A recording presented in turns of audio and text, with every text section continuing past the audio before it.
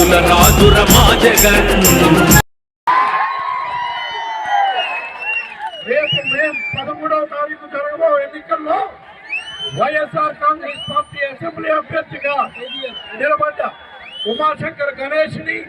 parliament అభ్యర్థిగా నిలబడ్డ మాడుగుల శాసనసభ్యులు మోడి ముత్యాలనాయుడు గారిని మీ అమూల్యమైన ఓటు వేయించి ఫ్యాన్ గుర్తుపై వేయించి అత్యధిక మెజారిటీతో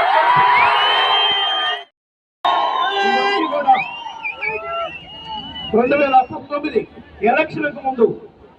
మన ముఖ్యమంత్రి జగన్మోహన్ రెడ్డి గారు ప్రతిపక్ష నాయకుడిగా ఉన్నప్పుడు తన సుదీర్ఘ పాదయాత్రలో అప్పటి ప్రభుత్వం 2014 నుంచి 19 వరకు అధికారంలో ఉన్న